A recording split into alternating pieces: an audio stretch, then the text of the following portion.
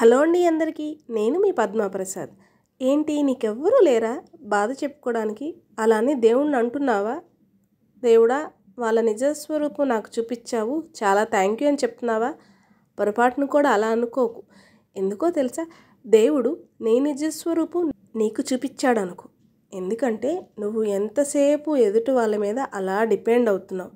వాళ్ళు నీకు దూరం అయితే నువ్వు ఎంతవరకు స్ట్రాంగ్గా ఉండలేవో అనేది దేవుడు ఇప్పుడు నీకు పరీక్షించాడు. దీంతో నీకు ఎంతవరకు అర్థమైంది? ఎవరు ఉన్నా లేకపోయినా నువ్వు ఎంత బాగా నిలబడుతున్నావో నీకు అర్థమవుతుంది కదా.